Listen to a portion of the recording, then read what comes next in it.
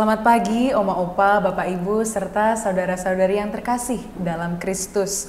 Kembali lagi bersama saya Jessica dan saya Romo Maksi dalam acara Oke Hari Ini, Orang Kudus Hari Ini, edisi 12 Desember 2022.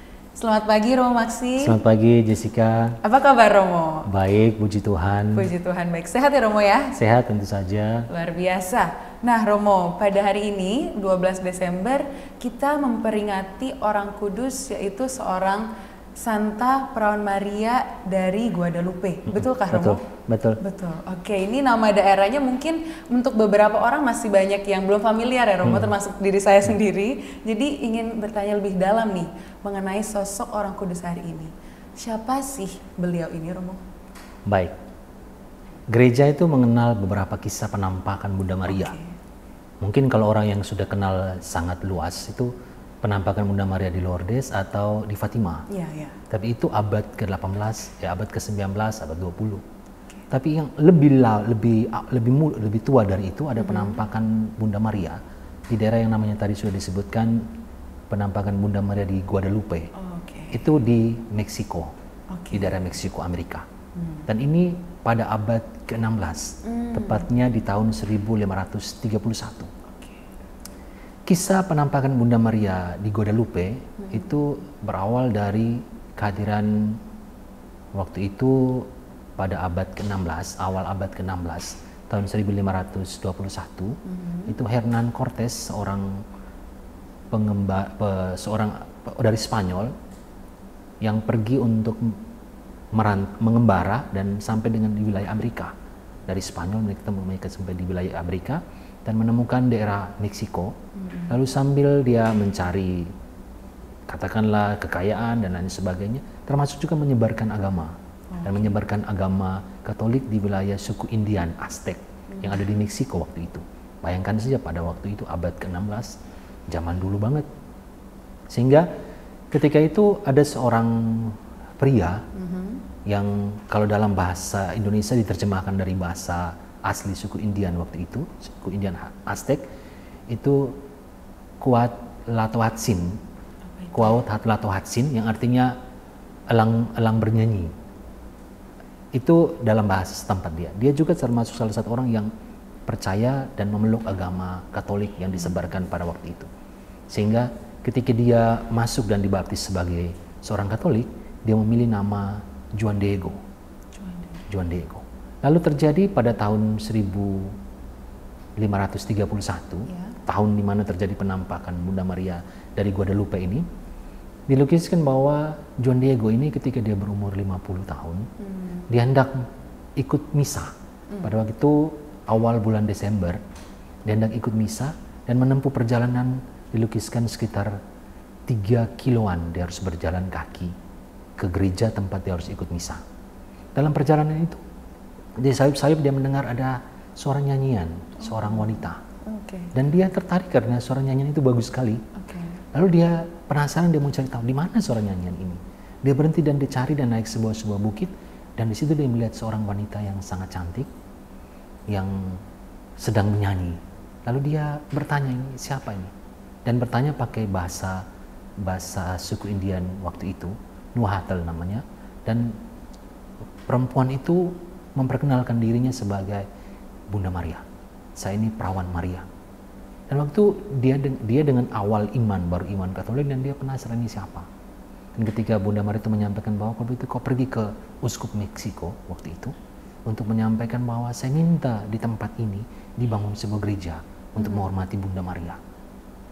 Dia waktu itu dalam keadaan takut, gugup, dan ya bingung juga mau pergi, dan dia merasa diri dia sebagai orang Indian yang baru mulai masuk agama Katolik waktu itu, dia sedikit gugup dan takut untuk menghadap ke uskup. Tapi Bunda Maria menguatkan dia untuk dia pergi. Jadi awalnya dilukiskan bahwa dia akhirnya berbelok arah dari ke gereja, dia pergi ke keuskupan. Dan ketika sampai di keuskupan, dia gugup takut, lalu dia kembali. Dia kembali ke Bunda Maria yang ternyata masih tunggu dia di tempat itu. Dia bilang, saya takut saya untuk pergi, tapi Bunda Maria kuatkan dia, kau pergi, kasih tahu bahwa ini saya dan saya minta ini. Lalu dia menguatkan diri untuk pergi ke uskup. uskup Meksiko waktu itu, Uskup Juan Zumaraga, Juan Zumaraga, dan ketika dia menyampaikan kepada uskup bahwa saya diminta oleh sosok Bunda Maria dan Bunda Maria minta untuk dirikan gereja di situ. Waktu uskup kan tentu saja tidak sepenuhnya percaya waktu itu, tidak sepenuhnya percaya, sehingga uskup bilang, coba nanti kau pergi lagi kalau ketemu dengan perempuan itu, sampaikan bahwa uskup minta bukti. Minta bukti apa yang menunjukkan bahwa benar ini perempuan adalah Bunda Maria. Dan terjadi, Juan Diego dikembali pergi ke Bunda Maria, dan itu pada tanggal 12 Desember tahun 1531, dan dia menyampaikan kepada Bunda Maria bahwa uskup minta tanda. Lalu Bunda Maria mengajak dia pergi naik ke sebuah bukit. Pada waktu itu bulan Desember ya, waktu itu musim-musim dingin ya, belum biasa ada bunga. Tapi di atas bukit itu, di tengah daerah yang agak tandus waktu itu karena musim dingin, ada bunga mawar. Ada bunga mawar yang ada di situ. Lalu Bunda Maria ambil rangkaian bunga mawar itu dan selipkan ke dalam tilma. Tilma itu mantol kasar yang dimiliki orang Indian. Mantol luar yang kasar yang dimiliki oleh orang Indian itu namanya tilma. Karena Bunda Maria menempelkan di tilma itu, bunga-bunga mawar itu tempelkan di tilma untuk dibawa sebagai bukti, bawa kepada uskup. Sehingga ketika dia pergi dari tempat itu untuk menghadap ke uskup, tilmanya dia, mantol luar kasar yang dimiliki oleh suku-suku Indian, dibawa, dan tilma itu dihiasi dengan mawar. Lalu dibawa ke sana. Ketika dia menghadap ke keuskupan, orang-orang yang menjaga di kantor keuskupan itu pertama menahan dia dulu. Kau bawa apa ini? Mereka berusaha untuk mengambil mawar itu, tapi nggak bisa. Entah gimana mawarnya itu melekat di tilmanya tetap itu. Ya di situ. Tetap. Akhirnya dia lalu dibawa, diantar kepada uskup. Dia bilang, saya mau menghadap ke uskup. Dan terjadi ketika dia menghadap ke uskup, dia buka tilmanya itu, dan ajaibnya di tilma itu tergambar wajah Bunda Maria. Wow. Tergambar wajah Bunda Maria di tilmanya. Gambar Bunda Maria dengan mantel berwarna hijau dan juga jubah dalamnya itu berwarna merah muda dengan ada lapisan melingkar, di lapisan-lapisan emas melingkar dengan mawar-mawar yang ada itu. Wow. Lalu dengan itu, ketika melihat itu, uskup itu juga akhirnya percaya, dan uskup berlutut semacam minta ampun, bertobat karena dia sempat tidak percaya bahwa itu Bunda Maria yang menampakkan diri. Lalu kemudian tilma yang dimiliki oleh Juan Diego itu diambil dan disimpan. Dan ada satu hal yang menarik ketika tilma itu diselidiki, karena penampakan Bunda Maria biasanya membawa orang untuk membuat penyelidikan. Apakah betul ini penampakan ini? Dan tilma itu menjadi bukti bahwa memang penampakan Bunda Maria, khususnya ada gambar wajah Bunda Maria di situ. Dan orang membuat penyelidikan dengan beberapa alasan-alasan tertentu yang menegaskan bahwa benar ini sebuah penampakan dari Bunda Maria. Antara lain, mereka melihat bahwa ada beberapa jenis tilma yang lain yang ketika diselidiki dibandingkan dengan tilma itu, kelihatan bahwa kalau tilma yang lain yang katakanlah diwarnai, itu catnya itu meluntur.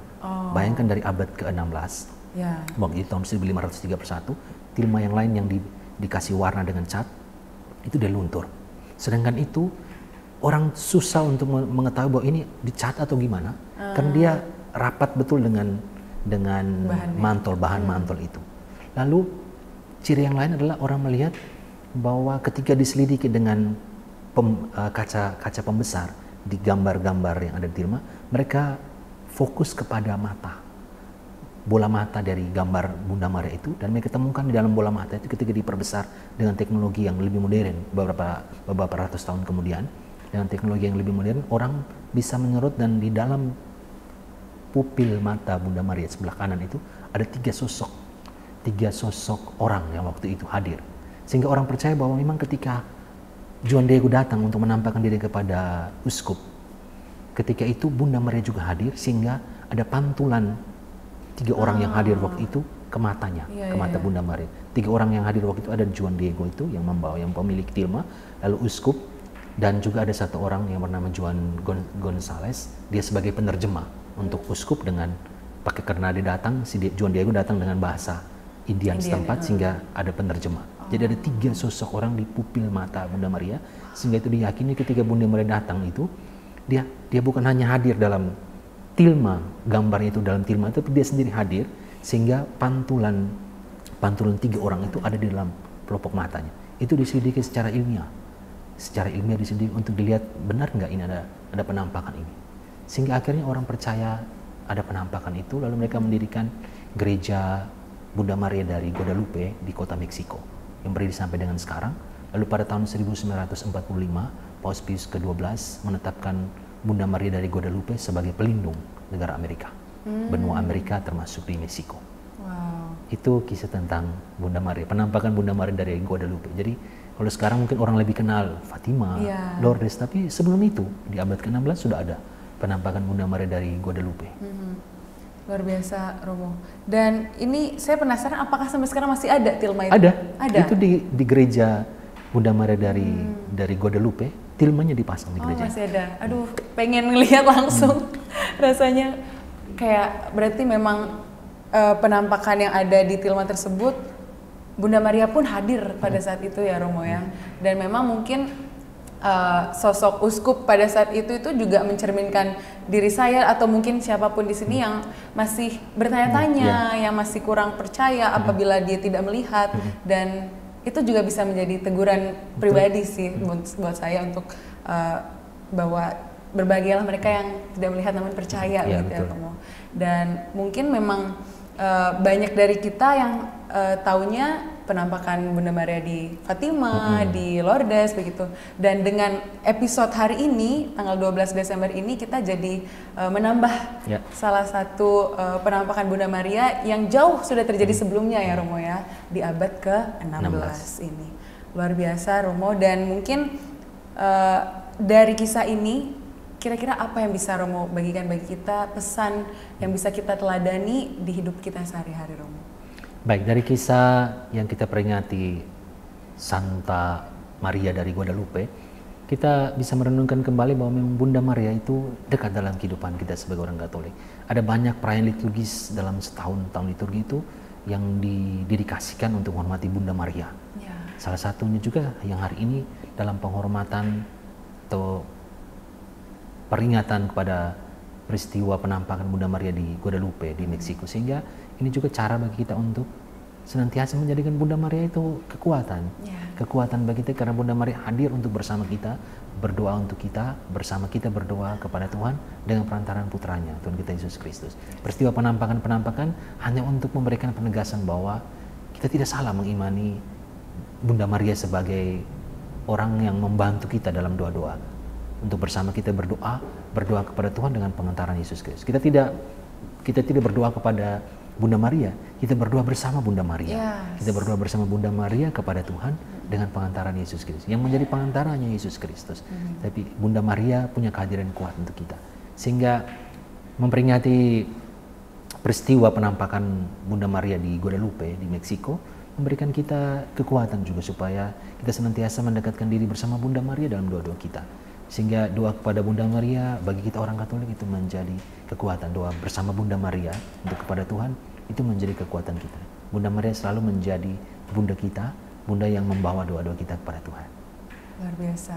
Berarti memang kita sebagai orang Katolik ada baiknya kita selalu untuk bersama Bunda kita, Bunda Maria, berdoa bersama, meminta perantaraan dari Yesus Kristus untuk mengabulkan doa-doa kita. Betul. Ya Romo ya. Karena memang Bunda Maria begitu dekat dengan kita. Betul. Dan semoga kita pun selalu senantiasa ingin dekat dengan Bunda kita. Amin. Amin. Luar biasa. Terima kasih banyak Romo Maksi untuk kisah mengenai penampakan Bunda Maria di Guadalupe pada hari ini. Dan untuk menutup, kami persilakan Romo untuk memimpin dengan doa. Oke, baik. Marilah kita berdoa. Dalam nama Bapa dan Putra dan Roh Kudus. Amin. Tuhan Bapa yang Maha Rahim, kami kembali bersyukur dan berterima kasih untuk semua hal-hal baik yang boleh kami terima dalam kehidupan ini. Salah satu hal baik yang kami terima dalam kehidupan ini adalah ketika Engkau menghadirkan Bunda Maria menjadi bunda kami, bunda gereja, bunda putramu Tuhan kami Yesus Kristus. Pada hari ini kami merenungkan peringatan peristiwa penampakan Bunda Maria di Guadalupe, Meksiko, yang menjadi kenangan peringatan kami bahwa Bunda Maria selalu dekat dengan kami. Bunda Maria hadir untuk bersama kami membawa doa-doa untuk diantarkan kepadamu dengan pengantaran Yesus Kristus Putramu. Kami mohon semoga Bunda Maria selalu berada bersama kami, dekat dengan kami, menjadi penolong bagi doa-doa kami yang kami bawa kepadamu. Semoga Bunda Maria boleh hadir menemani seluruh pengalaman hidup kami, agar bisa membawa doa kami, turut membawa harapan kami kepadamu. Doa dan permohonan kami aturkan kepadamu dengan pengantaran Kristus Tuhan kami. Amin. Kemuliaan kepada Bapa dan Putra dan Roh Kudus, seperti pada permulaan, sekarang, selalu, dan sepanjang segala abad. Amin. Santa Maria dari Guadalupe, doakanlah kami. Dalam nama Bapa dan Putra dan Roh Kudus. Amin. Terima kasih banyak Sama-sama. Romo Maksi atas kebersamaan kita hari ini. Banyak pelajaran yang bisa kita ambil dan semoga Oma Opa, Bapak Ibu, serta saudara-saudara yang terkasih bisa mengambil pesan yang bisa dilakukan untuk kehidupan kita sehari-hari. Terima kasih banyak Romo sekali lagi. Dan demikianlah kebersamaan kita dalam acara Oke Hari Ini, Orang Kudus Hari Ini. Sampai berjumpa di kesempatan berikutnya. Oke hari ini.